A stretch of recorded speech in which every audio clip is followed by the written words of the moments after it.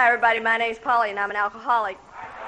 By God's grace, in a program called Alcoholics Anonymous, I haven't had a drink since April the 11th of 1977, and for that I am eternally grateful. I have a home group, and that's Monday night Seal Beach Speakers Meeting, and I have a sponsor, and she has a sponsor. And those are the things that I need to be a member in good standing in the rooms of Alcoholics Anonymous. I am absolutely thrilled to death to do this workshop. I'm going to give you just a little quick history of how this workshop evolved. And it happened, and I can tell you exactly when it happened. Because this book, and I love it because over in the Peabody Auditorium, people I'll talk about language of the heart, they've never even heard of it. This is AA-approved literature. Fabulous book. Fabulous. And I never had heard about it either until March of 1989. And this says, Polly P. an appreciation, 41st Westman Conference, March 1989. It was my speaker gift, and it was given to me. So that's 10 years ago, so I can tell you exactly when I started to have a turn in my life, because that's when I read this book. I'd never had it before, didn't even know what it was, and they said, oh, it's a great book, start reading it. And I started reading it, and lo and behold, in this book, on page 236, is called The Next Frontier, Emotional Sobriety. And it's a letter that Bill W. wrote to the Grapevine in January of 1958. And that letter turned my life around. And what happened is I don't know if there are people in this room who've had the same problems or demons or whatever you want to call them that I've had in Alcoholics Anonymous in these rooms and before these rooms. And that is a really horrible thing called depression. And I was one of these people that suicide was still an option until 1989. And if you heard me give my sobriety date, I have been sober 22 years.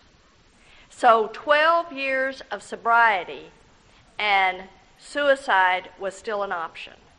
Drinking and drugs were not an option. And I was one of these people that was just going around. I was doing the program of Alcoholics Anonymous, but somehow or another, I was doing the steps, I was doing whatever, and I just couldn't seem to get whatever it was that was making this insanity. And I picked up this book, and I read it. Then, God works in really mysterious ways. And this book, that letter changed my life. I started reading it, and Bill started talking about depression, and I'm going to go over the letter with you. And I started doing the things that were suggested to do in that letter. And they're really simple. And what has happened also is I got sober in Texas. And in Texas, you give your sobriety date, your home group, and you acknowledge you have a sponsor. And most of the time, we give the name of that sponsor. That's what I did when I got sober in 1977 in Texas. Well, Dave and I ended up going to Michigan, then we went to California, and they didn't do that. And so I stopped doing it. And then, it was just little things like that. And after reading this book, I started to go right back to basics. The things that worked for me when I first got sober in Alcoholics Anonymous, and then doing a lot of other things too. It changed my sponsorship. It changed everything I did because I had gotten involved in this linear sponsorship. And what happened was I was supposed to call my sponsor, but nobody called the people they sponsored. But I had to do a lot of things. So I want you guys to know today, at 22 years of sobriety, I have finally learned that I am not too sober to call a newcomer. And I was too sober for a long time to call a newcomer. But you see, what I've learned about this is, and after reading this book, is this is not about me doing something for them. This is about me doing something for me. And I need that. I don't need to be so sober I can't do these things anymore. So I learned that by calling newcomers and beginning to do some things I had done way back then. And so the next thing I know, I get a phone call from Eugene, Oregon. And that's in, this is in March, and they want me there the fall of 89. Or maybe it's the spring of 90. It's the spring of 90. They want me in Eugene, Oregon. Now, I've just started doing this stuff. Things have happened. And they said, they invited me to, to come out there. And I thought they were inviting me to do an AA talk, which is what I do, have done from time to time. And they said, no, you're going to do a workshop for the whole weekend. And I said, on what? And they said, well, you choose the subject. And I said, well, I don't know what. I've never done this before. And this girl said something that, how these just things happen. How these little God shots just happen. Just like when Matt was talking about getting the big book on tapes. How these little things just happen. She said, well, talk about something that's really happened and changed your life. And I thought, oh my gosh, that emotional sobriety, that's what's been changing my life. And I also am a member of the Worldwide Fellowship of Al-Anon. And I have an Al-Anon sponsor. And I called up Sally and I said, oh my God, Sally, I've been asked to do this workshop and I think I'm going to do it on emotional sobriety, that stuff I've been talking to you about, language of the heart. And she said, yes. And she says, and you know something, Polly? I think this Al-Anon lady, one of these times down at Brownwood, did a workshop on emotional sobriety. And I think I still have the paperwork on it. So you know how things just kind of just fall into place. So the next thing I knew, I had this workshop. And it has made all the difference in the world in my life. Because I cannot even believe that I had those feelings about myself prior to that. Now, it was so easy. And those people who have had battles with suicide attempts and suicide thoughts and all of that stuff know exactly what I'm talking about. Those of you who don't. And thank God that you don't. Thank God you don't know. But what has happened is that a few years ago, I got really sick. And I was laying in a hospital in ICU on a ventilator. And I had a really bad case of pneumonia. And you know what? I absolutely did not want to die. Because I love my life. I love being sober. I love what Alcoholics Anonymous has done for me. And I knew that those thoughts weren't there anymore. And for me, it has been a miraculous recovery. And what it is all really simple. It's all really what this workshop is going to kind of cover is, and if I were doing it for a whole weekend, we get really good participation, and people talk about their fourth, and we do a fourth step, and then everybody does a fifth step with them and does their, the feedback. And so what we're really dealing with is steps 6 and 7, which these are our character defects, and then we're going to be asking God to remove them. And these are the actions that I need to take to do some stuff to change. And it's made a difference in my sobriety. And I just want you to know that I was so glad over at the Peabody when they have the little setting out there that this is one of the books they have out there, because it's a fabulous book and it's got some really good stuff in it. So, and it's AA approved. This is not a psychobabble book. It's AA approved. And so this is what I've been doing for a while. And I was just telling, if you missed Franny's talk a little while ago, you missed a talk. Because I'm telling you, Now, when she got through talking, I was talking to Jill and I was talking to Lee, and I said, "Now that's a crusty old broad. Now that's what I want to be, Franny." And I've got this little wimpy AA story that she's talking about that I'm always trying to stretch, you know. So it sounds worse than it is. And I've always got a couple of kids that go, "You know, Mom, that really didn't happen." So it's kind of like, you know, she's talking about that there's these ladies in Long Beach, and I don't know, I go to the Marina Pacifica too. I just go I don't get there except on Saturday morning. And I'm like, you know, I want a crusty old story. And she says that there's these ladies up there that, you know, and I haven't met any of them yet, but because, see, most of them, like, I'm always saying, you know, with Michael, you know, I want to be a hooker and, you know, doing one-leg ministers and all that kind of stuff. It's like, I just didn't get to do that kind of stuff. Had a lot of fun, you know, had all my affairs sober in the rooms of Alcoholics Anonymous, and they were a little wimpy, too, you know, it's just... So anyway, it's just like, let's do the deal. I'm always laying around being depressed, wanting to cut my wrist. It's just so boring. And so anyway, I want to talk a little bit about this. In this book, Emotional Sobriety, The Next Frontier. Now, also, I want you to know that when Bill is talking about this, when he's talking about this emotional sobriety, he is coming up on, and let me just be totally clear here, I think he's coming up on his 24th AA birthday. So we're not talking newcomer here. We're not talking, Bill's talking about newcomers. He's talking about old-timers who sit in meetings of Alcoholics Anonymous and they're still like this. If you want what I have,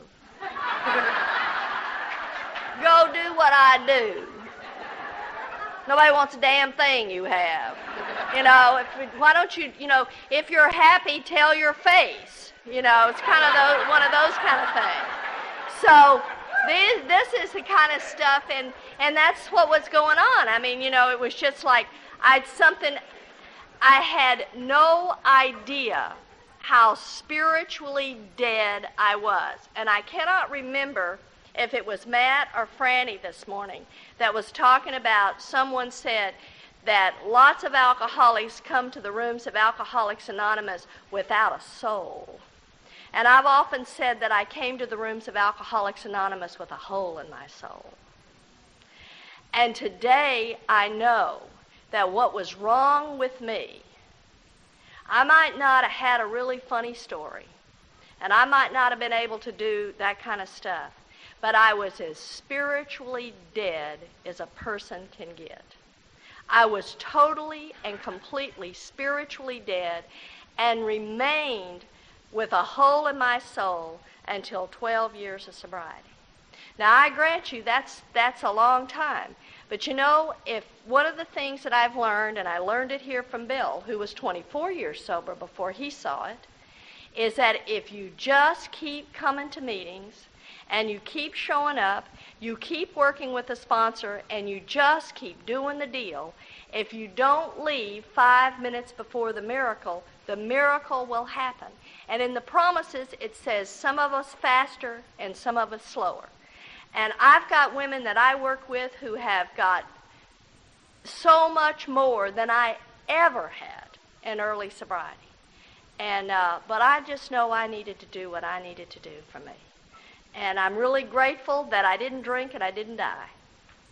And I'm here to be able to share that experience, strength, and hope with you. Now, I'm going to say another thing, that if you are a person who walked in this room with depression, you may walk out very pissed off with me, because I'm not going to be standing there saying, "Poor baby, I'm so sorry you're depressed." And the thing I'm going to tell you is that depression is absolutely the height of self-absorption. And I know that today. I know how to do self-pity. I know how to do all that stuff. And I'm here to tell you that it is the height of self-absorption. And you can take all the stuff you want to take, and I'm here to tell you, if you don't get out of yourself, it ain't going to work. And that's what this is all about, is about helping other people. Now, I've had, I'm one of these people, I have the privilege, the absolute God-given privilege to sponsor a lot of women. And I'm telling you, it's a privilege because, you see, I need every one of those women.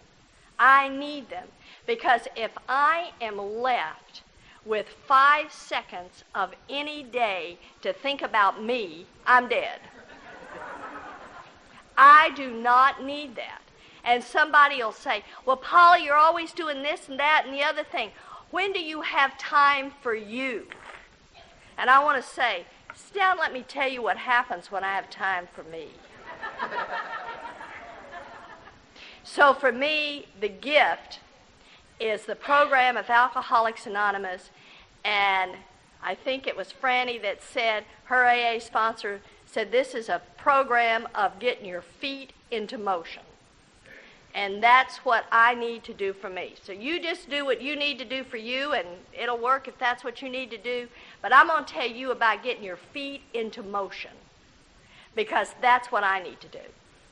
Because, you see, if I don't, I have a disease called alcoholism, and I've got a solution.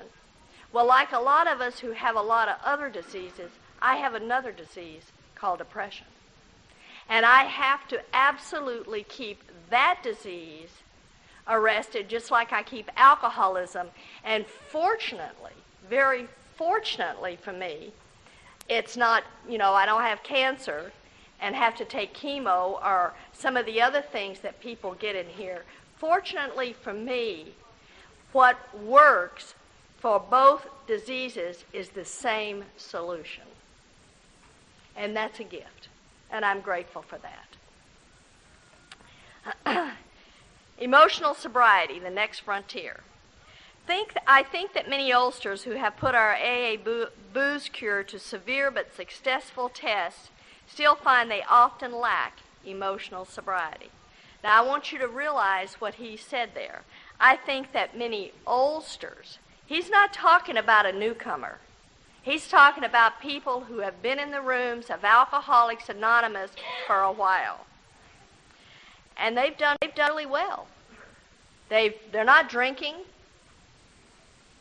I guess it seems like the big book, at least my big book says, that somewhere in that big book says, a man is unthinking if he thinks just to be sober is enough. Perhaps they will be the spearhead for the next major development in AA, the development of much more maturity and balance, which is to say humility, in our relationships with ourselves and with our fellows and with God. If you were fortunate enough to hear Pat and Vince this morning do the financial workshop, we find out that when we grow up and pay our bills, that's maturity. Big people pay bills. Little kids say, I don't want to pay it. We learn to grow up and act responsibly.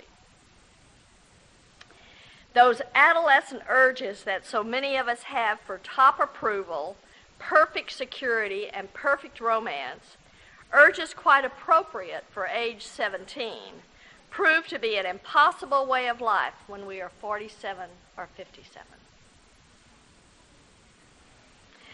And this is the one that got me. Since AA began, I have taken immense wallops in all these areas because of my failure to grow up, emotionally and spiritually. My God, how painful it is to keep demanding the impossible, and how very painful to discover finally that all along we have had the cart before the horse. Then comes the final agony of seeing how awfully wrong we have been. but still finding ourselves unable to get off the emotional merry-go-round. How to translate a right mental conviction into a right emotional result, and so into easy, happy, and good living well.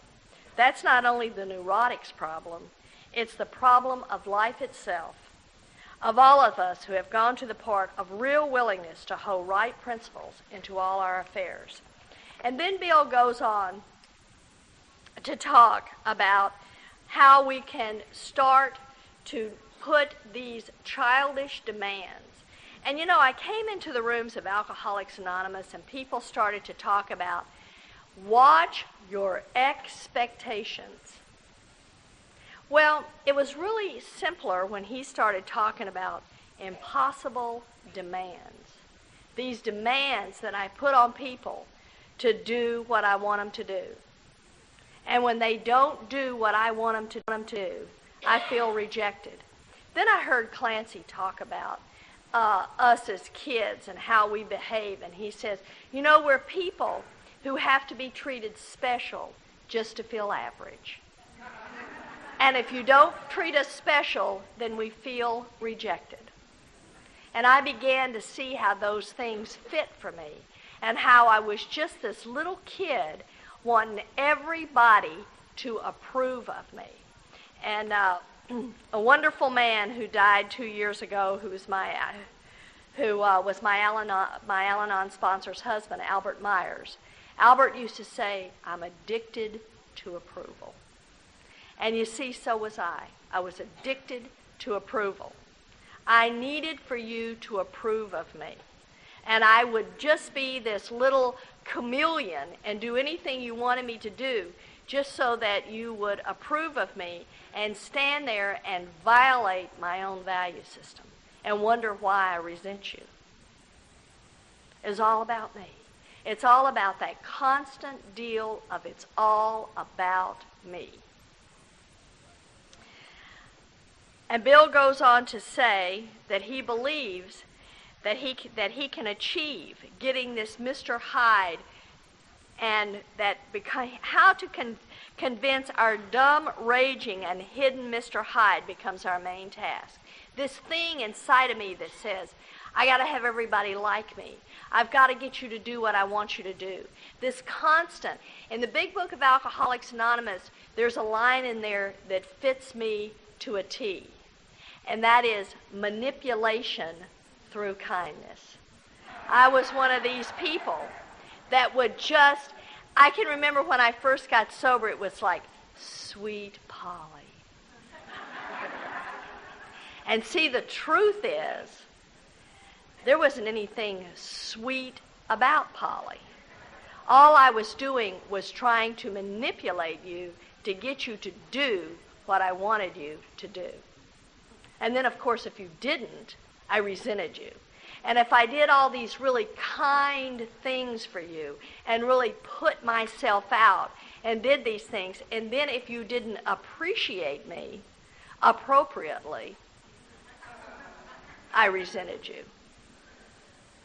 So I was learning about these really dark crevices of my soul. I've recently come to believe that this can be achieved. I believe so because I have begun to see many benighted ones, folks like you and me, commencing to get results. Again, another place that caught my eye, that got me to read this letter over and over. Last autumn's depression, having no really rational cause at all, and that was mine.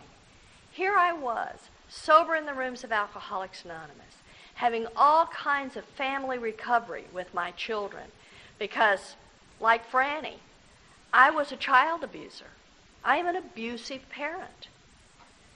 And my children are traumatized to this day because of my parenting. And what happened is here's the kind of person I am. And this is healing, and I have a wonderful AA marriage. And my husband and I had been married for a while, really getting, my whole life was wonderful. What's wrong with me?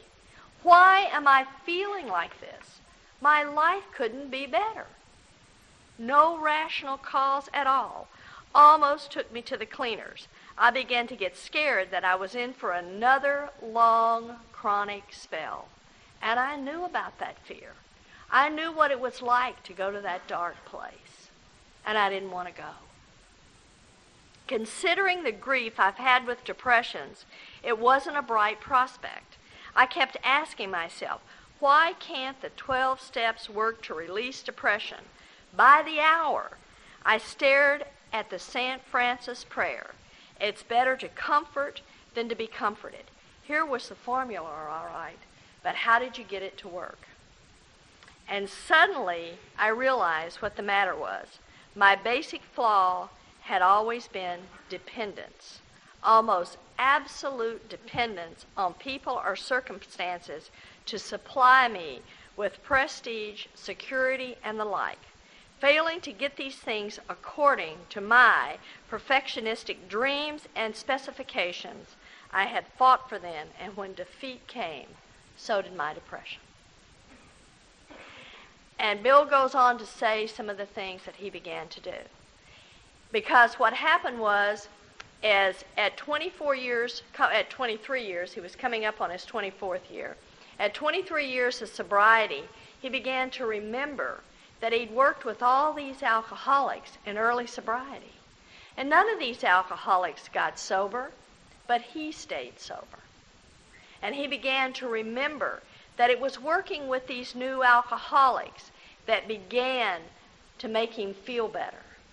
And you know, I don't know if you've worked with a new alcoholic lately, but they're usually not really appreciative of what you do. In fact, they just assume you didn't do it. They don't want all the attention.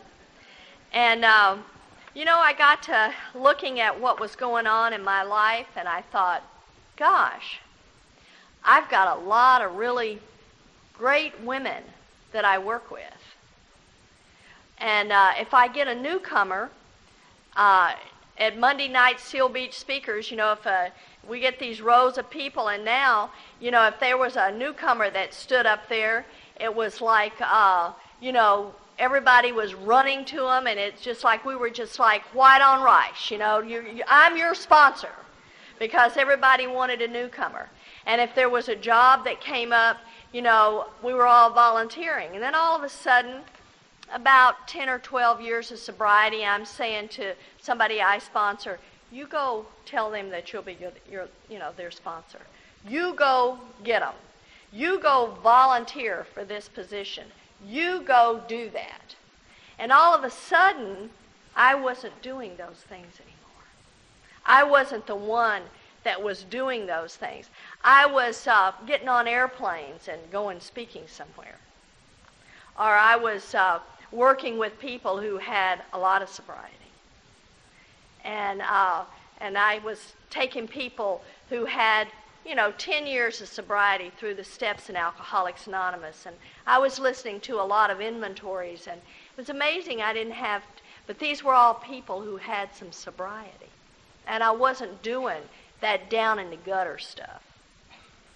And what Bill begins to talk about is go work with somebody new.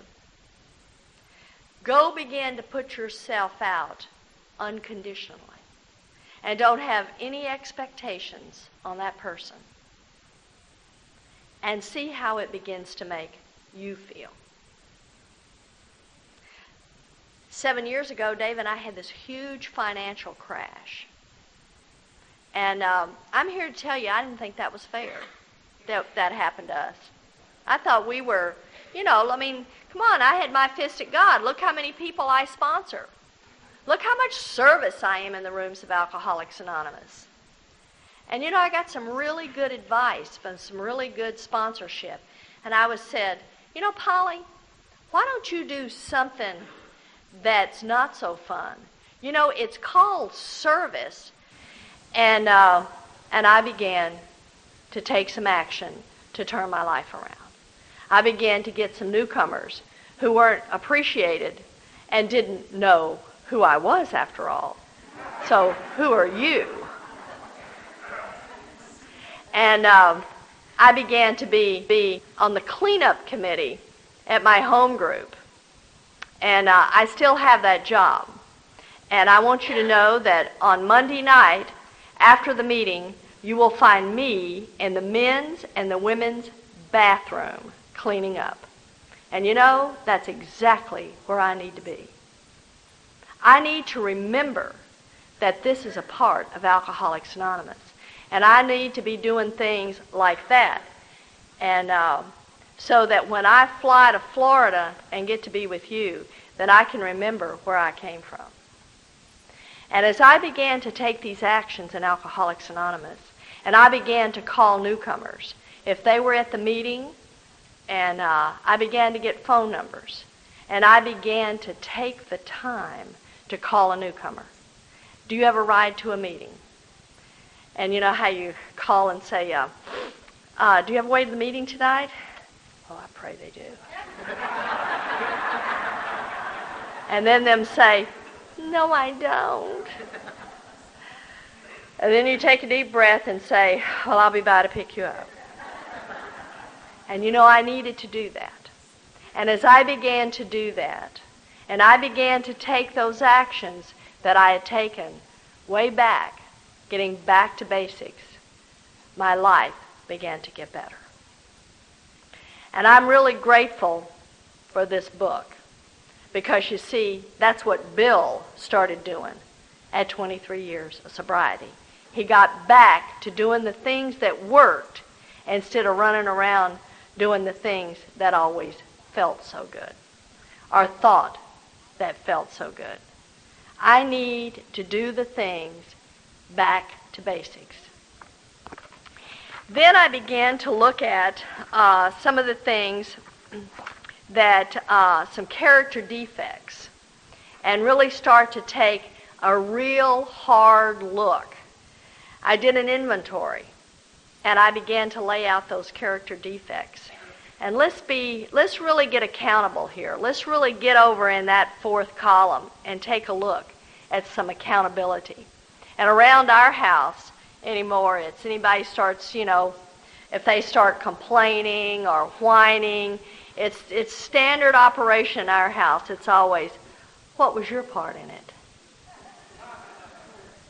So it's amazing how you can just get back to seeing. And the minute I am accountable and responsible for my part in something is when I began to get better and I began to heal. Now, if you're less than 12 years of sobriety, or maybe you've already done all this stuff, then I'm really grateful that, that you've done that. If not, it's never too late to really begin to take an honest look at my character defects. And Bob B., I just love him, from St. Paul, Minnesota. Bob says, step 6 and 7, Bill only spends a paragraph each in the big book on them. But both of those are really, really powerful steps. And I don't know if that's my cell phone. I just heard that phone ringing, and I'm going, oh my God, is that my cell phone that I forgot to turn off? Nothing makes me madder than that. Turn your cell phones and your pagers off, and I think maybe I left mine on. But at any rate, I began to really take an in-depth look at steps 6 and 7 and began to take an honest look at my character defects.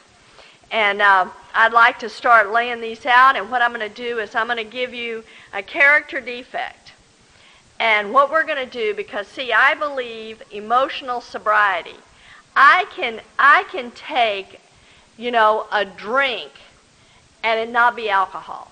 And before I'm going to drink, I'm going to do something. I'm going to start thinking drinking before I drink. I am going to be relapsed a long time before I take a drink of alcohol. So I'd like for you to picture these character defects and just kind of picture them like a drink. Just kind of like you go up to the bar and you just take a drink of anger, and you take a drink of self-pity, and you take a drink of depression, and you take a drink of intolerance, and you take a drink of gossip, and just picture those as drinks, because that's the way I'm going to define them. And that's what emotional sobriety is all about. A man is unthinking if he thinks to just be sober is enough. I need to be emotionally sober. I have taken what I have written out of this book, and I have taken what I've written out of One Day at a Time. I have taken what I've put together out of As Bill Sees It, and I have taken the biggest part of what I've written out of the chapter in the big book called Working with Others, which is about our Step 12. So if you want to go look all that up, then you can do that for yourself. But you need to know that nothing I have here was taken from anywhere but AA-approved literature. So let's start with the first one, anger. I think Matt gave us a wonderful description of what anger can do. Sober. What anger can do sober. A deadly poison to sanity and serenity. A special punch to those who want to be God in their own lives and others. Its impact succeeds in obliterating reason and self-control. One can enjoy being a human hurricane while plunged into the depths of emotional intoxication. Sometimes the debris left after the storm is staggering. I don't know what kind of anger you have, but I came from a father who was very rageful. And I used to look at him and say, there's no way I'll ever be like you. And turned up I was just like him, only a lots worse. My father never ever hurt me in rage, but I did a lot of damage to my own children in rage. And I'm here to tell you that that rage did not cease just because I stopped drinking alcohol and started coming to Alcoholics Anonymous. That was a long time leaving. And what I've learned is anger, what the big book of Alcoholics Anonymous says, is just something I have to leave to people that can handle it. I cannot afford to go there.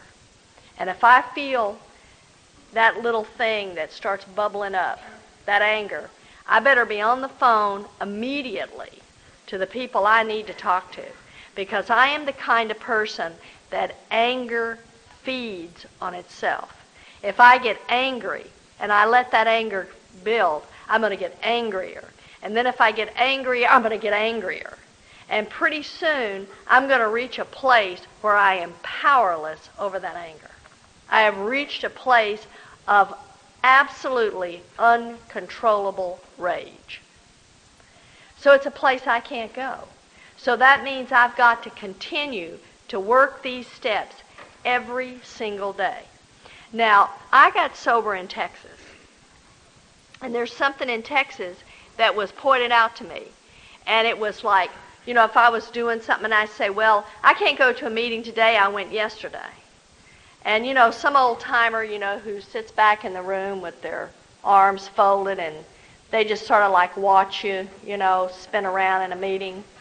And they'll say, well, you know, seems like in my big book it says that I get a daily reprieve, contingent on my spiritual condition for that day. Polly, you cannot live today's recovery on yesterday's recovery. You got to do today what you did yesterday if you expect to get the same benefit. So I need to do these things. I need to get up in the morning, and I don't care how late I'm running or what I'm doing. I give God a lot of my day, 15 minutes. That's what I give God every day. I don't do anything but sit and do my reading and say a prayer for 15 minutes. You know, that's not a lot of time. But there are times when I have said, I just don't have time for that 15 minutes. Now, I don't know what happens to your day, but my day just, starts heading down the tubes in a quick way. So I need to keep doing these very basic things that I learned to do many, many years ago. If just one whiff of anger sets up the compulsion to act on it, and that's the kind of anger I have. You may not have that kind of anger. But if I'm going to get mad, what happens to me is if I start expressing that anger, I just get madder. Practice total abstinence. Should the compulsion get the upper hand, I need to do the third and fifth step. And when sanity has returned, I have to realize I have to do these things to have the strength to resist the first drink of anger. And if I'll make sure in that daily meditation and in that prayer that I ask myself, if I ask God to help me to be of maximum service to Him and the people about me and just not hurt anybody today and see if I can help someone, I've had a good day. And I'm really grateful. We got an old guy that's around our group in Long Beach, and his name's Frank Honeycutt. And I tell you, I'd die for that man. I'd absolutely die for him. And he's my husband's sponsor. He's my son's sponsor.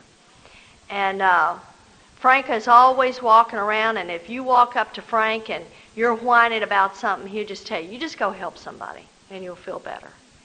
And Frank has this saying, and he says, it is absolutely none of my business what you think of me, but my very life depends on what I think of you. And I have finally got it. Way down here. You know how, I don't know about any of you, but the longest walk in Alcoholics Anonymous is the 12 inches from my head to my heart. That's a long, long walk. And now I understand, because you see, if you think badly of me, and if you stay around the rooms of Alcoholics Anonymous long enough, and if you start standing for something instead of falling for anything, there are going to be people that aren't going to like you much. Because I love what Fran said. My husband says a statement every time he talks, and he says, if you're looking for a relationship in Alcoholics Anonymous, the odds are good, but the goods are odd.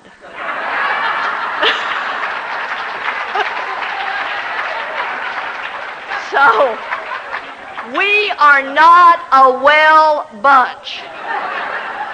And Fran said it, there are a lot of wackos in Alcoholics Anonymous. And there are a lot of people who have a lot of ideas of how it ought to be. And if you start being somebody who is standing for the 12 traditions, and you're a voice in your group, believe me, you're going to make some enemies. And I got a sponsor, and Dottie says, if you don't stand for something, you're going to fall for anything. And today I stand for something. I stand for the 12 traditions in Alcoholics Anonymous. So there's been a lot of people who've been angry at me. But you know what? I better not spend one night being angry at you, because my very life depends on that. So, intolerance, an emotional inebriate which files up 12-step work. I'm here to tell you that it is no mistake that in the big book of Alcoholics Anonymous it says that love and tolerance is our code. One of the things that's just really I've seen in my group, I've seen in other groups, is people being intolerant of people who are less fortunate than they are. And if you don't think that that'll mess up your group or it messes up my life. I don't know if it'll mess up your life. but it messes up my life big time. I have seen intolerance take an AA group and absolutely destroy it. People talking about other people. If I am a principled, responsible member of Alcoholics Anonymous, there is absolutely no place in AA for that kind of behavior. Love and tolerance is our code. It doesn't matter where we come from. It doesn't matter what we do. We are to be an example. And a lot of times, if you'll just work with somebody who's, just tell them, just come on in here. And you know, think about sometimes, I'm grateful that I've got a lot of old-timers with solid sobriety that go to a lot of meetings. I know I once said about Frank, Franny and I were talking about Frank. We have a mutual love affair. And we were talking, and I said at the powwow, we had an old-timers meet, and Frank led it, and I said, gosh, Frank, it does my heart so good because Frank's 35 years sober, and he probably goes to a minimum of 2 meetings a day, and most of the time 3 or 4. And I said, God, Frank, I guess you go to about 2 meetings a day, don't you? And he looked up at me and he says, not enough. And you know, that's the kind of people I want to follow. That's the kind of people I want to be doing things with. And what happens is if I follow people like that, then I'm not going to be going to meetings where those meetings are carrying the mess instead of the message. And I'm not going to be going to meetings that are going to have steering committees that are, you know, doing a whole bunch of stuff and nobody's listening and they're arguing and fighting because I got an old man up there that's going to say, sit down and shut up, I'm in charge. Thank God. Thank God. And this kind of stuff that is my responsibility is not to be a part of intolerance in Alcoholics Anonymous. It will absolutely destroy us. So it's a character defect that I've got to be responsible and accountable for my own intolerance. You ever have somebody, well, we got a lot of them in California. I realize we're the land of fruits and nuts, but I know Franny's going to, when I mention it, she's going to start just naming right off because, but everybody's seen somebody come into the rooms of Alcoholics Anonymous and maybe they got a little bit more of a problem than alcohol. And you're sitting in your chair and you go, oh, God, don't ask me. I don't want to. And or somebody saying, oh, God, that person's a total nut. Well, boy, I'll tell you what, I'm really glad somebody didn't treat me like that when I walked into the rooms of Alcoholics Anonymous. And maybe I need to learn a little patience. And maybe I'm supposed to learn a little tolerance. And maybe that's why they asked me to be their sponsor. So there's no mistakes. The solution to intolerance is daily doses of live and let live. And you know, it's not my business when you get this thing. It is not my business. It's just for me to be an example and for me to continue to do the right thing and to keep helping as best I can for somebody to do the right thing. And they'll get it when they get it. Thank God there wasn't a timetable for me. Before I found some solutions to some of my weirdness, I was 12 years sober. Thank God nobody gave up on me. Self-pity. One sip of this fairly slow-acting, emotional intoxicant can lead to a distorted perception. Giant mountains mushroom out of tiny little molehills. Problems are magnified and calamity looms on all sides. The drunkenness progresses. Now I'm talking emotional drunkenness. To the crying stage, and the dialogue runs something like this. Nobody loves me. Nobody appreciates me. I can't do anything right. Nobody cares. Everybody is against me. I can't do anything right. I might as well be dead. Set to a mournful tune, these lines are played over and over in a half-dark, gloomy, and unswept mental hangout. Now, I don't know about you, but I can sing this tune. And if I am allowed to feel sorry for myself for a nanosecond, I'm going to start. And it just feeds on itself. And then the next thing I'm going to do is go find me somebody to blame.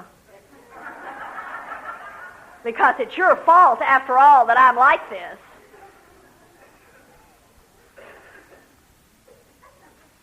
Solution: hourly doses of daily gratitude and appreciation and admission of God's grace.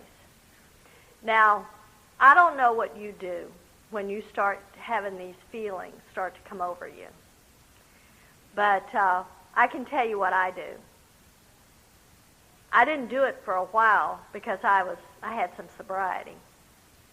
But I started back to basics. I had 22 years of sobriety. If I get one of those little pangs that maybe I'm just not quite getting mine, how about those things that used to work when we first got sober, like gratitude lists? Remember those things? Remember calling somebody up and saying, boy, let me tell you what really happened good to me today, instead of calling up and saying, what pissed me off? Just tweak it. Just a little bit. Just, change my perception.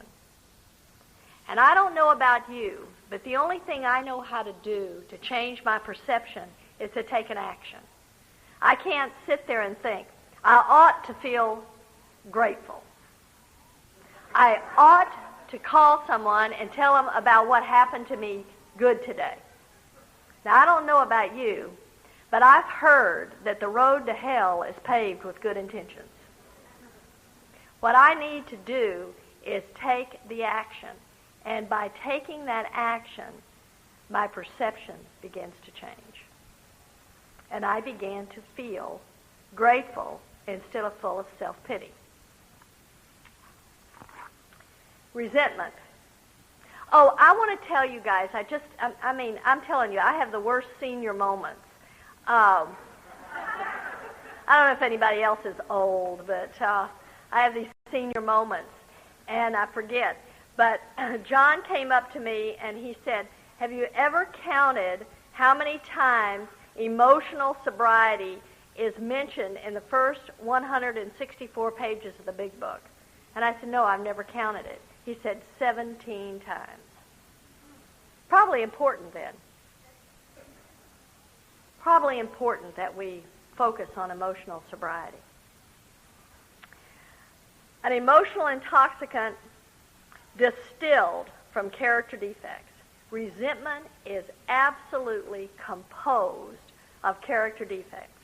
And we just stand there and we just drink it. And we drink it. And we just get resentment to refeel. And we just refeel it. And we refeel it. And, by the time I get through refeeling all this stuff, I don't know about any of you, but I came into the rooms of Alcoholics Anonymous, and I absolutely believed that nobody loved me because I was so spiritually dead. And I began to take an inventory. And what I discovered from that inventory was that I was a very loved child. I am an only child. And that my problem was not that somebody had treated me badly. It's just that they had treated me too good. I was absolutely loved to death. Now, face that. When you've got nobody to blame. I don't even come from alcoholism. I can't even blame booze. Yet, my problems are not of my own making. And you know, if I don't start to take responsibility and accountability for my own actions and realize that my anger is about me, if I am resentful, have you ever been resentful at somebody and you don't even remember why you're mad, you just know you're mad? Can't even remember why you're mad. Well, why are you so mad at them? Well, I don't remember, but I'm just mad. Can't even remember the incident. But we have played that tape so many times, and we've worked it up that whatever they did is 99 times bigger than what they really did, and we've got it so blown out of proportion that that's the kind of head I have. Now, maybe your head doesn't work like mine, but that's the kind of head I have. So what I need to do is when I've got a resentment, I need to immediately go to 4 and 5 or step 10, whichever way you want to do it, and start inventorying what it is that I'm angry at. And I can tell you, the big book of Alcoholics Anonymous says that resentment is the number one offender. And I know for me, I don't know how you feel, but today I can't stand that wormy feeling that goes on inside of me when I'm angry at you. I don't like that. I'm going to do what I can in order what the big book of Alcoholics Anonymous says, to do whatever I can do to make it right. And most of the time, and I love what Franny said, it ain't about saying, well, if I've offended you in any way, I'm sorry. Well, I've been taught, you lay yourself out there and say, and what can I do to make it right? And you know what? There are a lot of people out there that'll tell you. Thank God. So when resentment starts, get into the steps, 4 and 5, step 10. Take a look at the character defect. Get ready to find out who you need to go make amends to, and then get about making them immediately. Because to let a resentment fester will absolutely taint my usefulness to God. I cannot go out there and carry God's message and be mad at his kids. There's just no way I can do that. Jealousy. I believe this to be absolutely a character defect that eats the soul away. And I have had a lot of jealousy. I'm married to another member of this fellowship. And God willing and the creek don't rise, Dave and I'll be married 19 years on October the 27th. And I'm telling you, what an order. I can't go through with it. That's married to another alcoholic. That'll get you looking at your character defects. I loved what Matt said, about Mary and Al-Anon, then there's two of us thinking about me.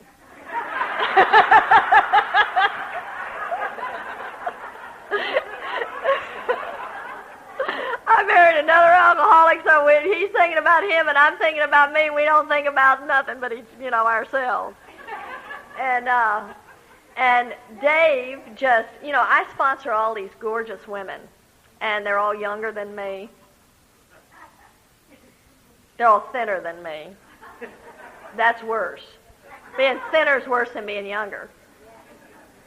And they adore Dave, and Dave adores them. And I had a lot of problems with that. Because, you see, I need to be, you need to love me the best. And I'll tell you, when I hit my knees with jealousy, to my knees, was in 1993. I can remember when it happened and what was going on. Because in 1993, my first grandchild was born. And my grandchild lives in Chicago, and I live in California. And his maternal grandmother lives in Chicago. And so I go see Ryan, and Ryan takes one look at me and screams bloody murder. And he's running with his arms up to Barbara, his maternal grandmother. And I began what I had thought I had worked through jealousy. But see, what I learned at that point in time was, it was not just that I wanted you to love me. I didn't want Ryan to just love me. I wanted Ryan to love me best. And then I'm not going to get a bit better until I get responsible and accountable for those feelings. I'm going to continue to have it. And when I faced the embarrassment and the shame of that, I began to have a healing. But I had to get honest. But I don't know how to get honest unless I start doing inventory work with it, either in steps 4 and 5 or steps 10. That's the only way I know how to do it. Vince and Pat were saying it's just when they were doing their financial thing, it's just like doing an inventory. You need to get out the pen and pencil. And I tell you, I need to write it out because there's something connected with spiritually to me and a pen. There's just something connected spiritually. I need to write it.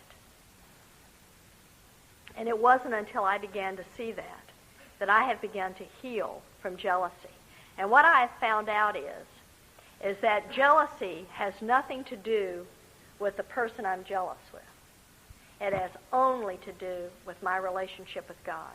And when my relationship with God is right, then I am grateful and happy and cheerful for good things to happen to you. But when it's not, then I want what you have. I want it. And I'm angry if I don't get it. And I want all the attention.